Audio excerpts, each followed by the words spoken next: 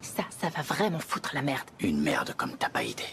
Ce document dévoile la date programmée du 3e confinement, le 21 mars 2021, mais c'est moi qui l'ai créé de toutes pièces, pour les besoins d'une expérience. Depuis, il a été partagé des milliers et des milliers de fois sur les réseaux sociaux. Allez, je vous explique. Tout commence quand je vois tourner sur les réseaux sociaux ce document-là, un tableau, censé provenir du Haut Commissariat au Plan, l'organisme que préside François Bayrou, et qui dévoilerait le plan du gouvernement pour ces prochains mois, à savoir la date du 3e confinement, la construction de camps pour isoler les malades, la mutation programmée du virus, la date à laquelle les militaires seraient déployés, etc., etc. Et là, je m'aperçois que ce document a été partagé des dizaines de milliers de fois sur les réseaux sociaux, qu'il y a donc une quantité importante de gens qui prennent ce tableau au sérieux, qui le prennent pour un document officiel, alors que, ça se voit, il a été rédigé en 3 minutes sous Word ou sur OpenOffice.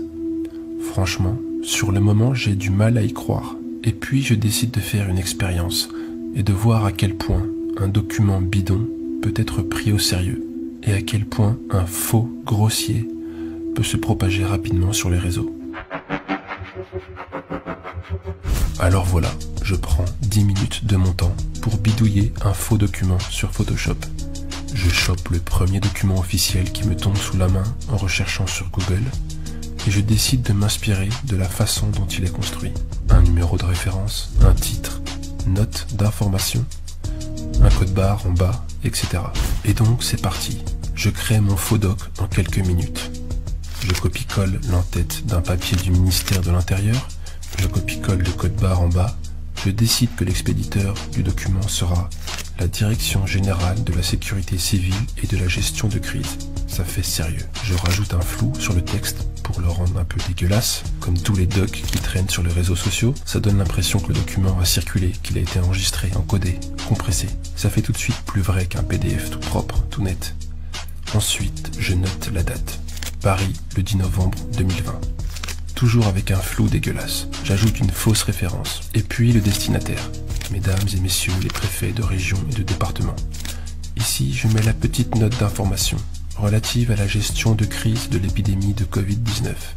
Je rajoute des faux noms que je censure en noir, histoire de faire mystérieux. Et là, j'ajoute mon texte principal, que je floute comme le reste. En coordination et sous l'autorité du Haut Commissaire au Plan, il est demandé aux préfets et aux autorités locales en charge de la gestion de crise d'accorder une attention particulière aux mouvements sociaux susceptibles de manifester contre le confinement. Le Conseil de défense ayant statué pour un 3e confinement au 12 mars 2021, un climat contestataire ne saurait être admis avant le déconfinement du printemps 2021, sans quoi la campagne de vaccination massive ne pourra susciter un consentement populaire. Le ministère de l'Intérieur, le Haut Commissariat au Plan, ainsi que le service central du renseignement territorial attendent que leur soient transmis des rapports quotidiens suivant la norme 564P. Évidemment, c'est une norme inventée, je ne m'embête même pas à en chercher une vraie. Et la date du 12 mars 2021, je la prends aussi totalement au hasard.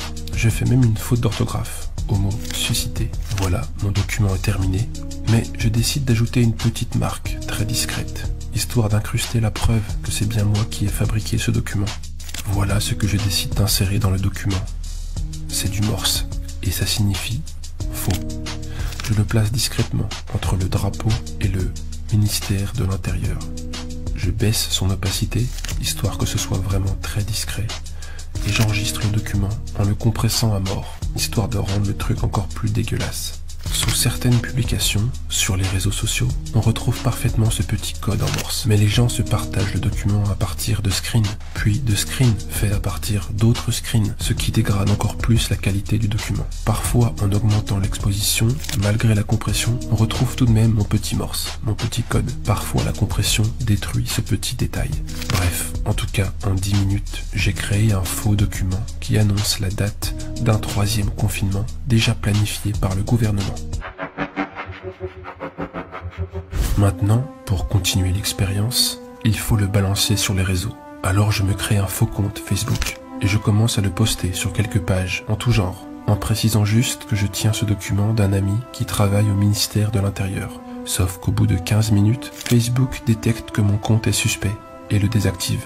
Je n'ai eu le temps de poster le document que sur 4 pages Facebook. Et des petites pages, pas des pages avec des centaines de milliers de membres. À ce stade de mon expérience, je suis persuadé que ça ne va pas marcher. Je n'ai pas eu suffisamment de temps pour le diffuser.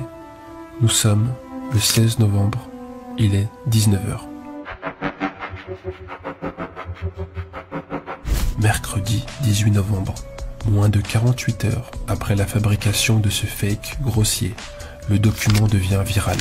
Il est partagé des milliers et des milliers de fois sur Twitter et sur Facebook. Le prochain reconfinement est planifié pour le 12 mars, voire la note au préfet. Un 3e confinement en France pour mieux faire accepter le vaccin.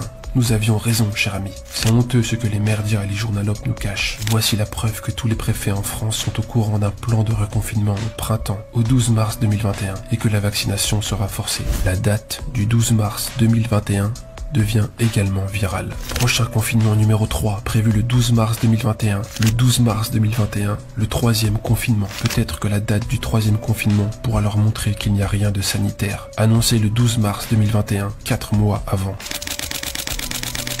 Mon faux document est tellement viral que les médias s'en emparent. France Info, 20 minutes, L'Indépendant, l'AFP, Orange Actu, etc.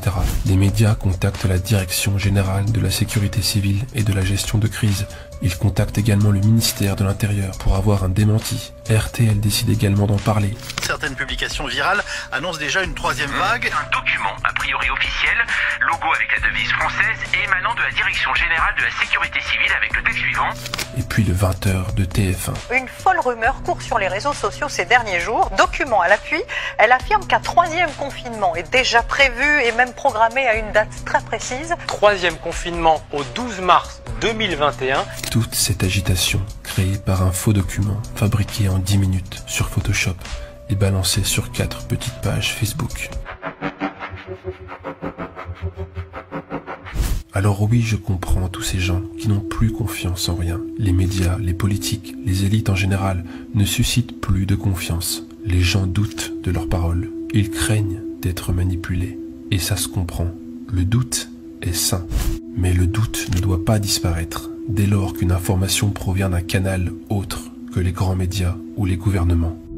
Pourquoi devrions-nous être moins méfiants dès lors qu'une information provient d'un réseau social, d'un anonyme, d'un blog quelconque? Si vous mettez de côté votre capacité de douter, votre recul critique, dès lors qu'une information ne provient pas du pouvoir, alors vous devenez une proie facile, manipulable, à la merci de tous les charlatans. La prudence, le doute, le recul critique doivent s'appliquer à tous, à toutes les situations, à toutes les informations, pas seulement à celles qui nous arrangent.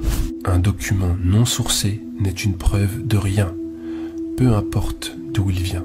Alors vous allez peut-être être en colère contre moi, surtout si vous vous êtes fait avoir par ce document. Vous pouvez disliker la vidéo, m'insulter en commentaire, mais il se peut que la prochaine fois que vous verrez passer un document non sourcé sur internet, vous pensiez à moi, en train de fabriquer un faux grossier en 10 minutes sur Photoshop. Et si vous avez à ce moment-là un semblant de doute, une hésitation, alors mon expérience aura atteint son but.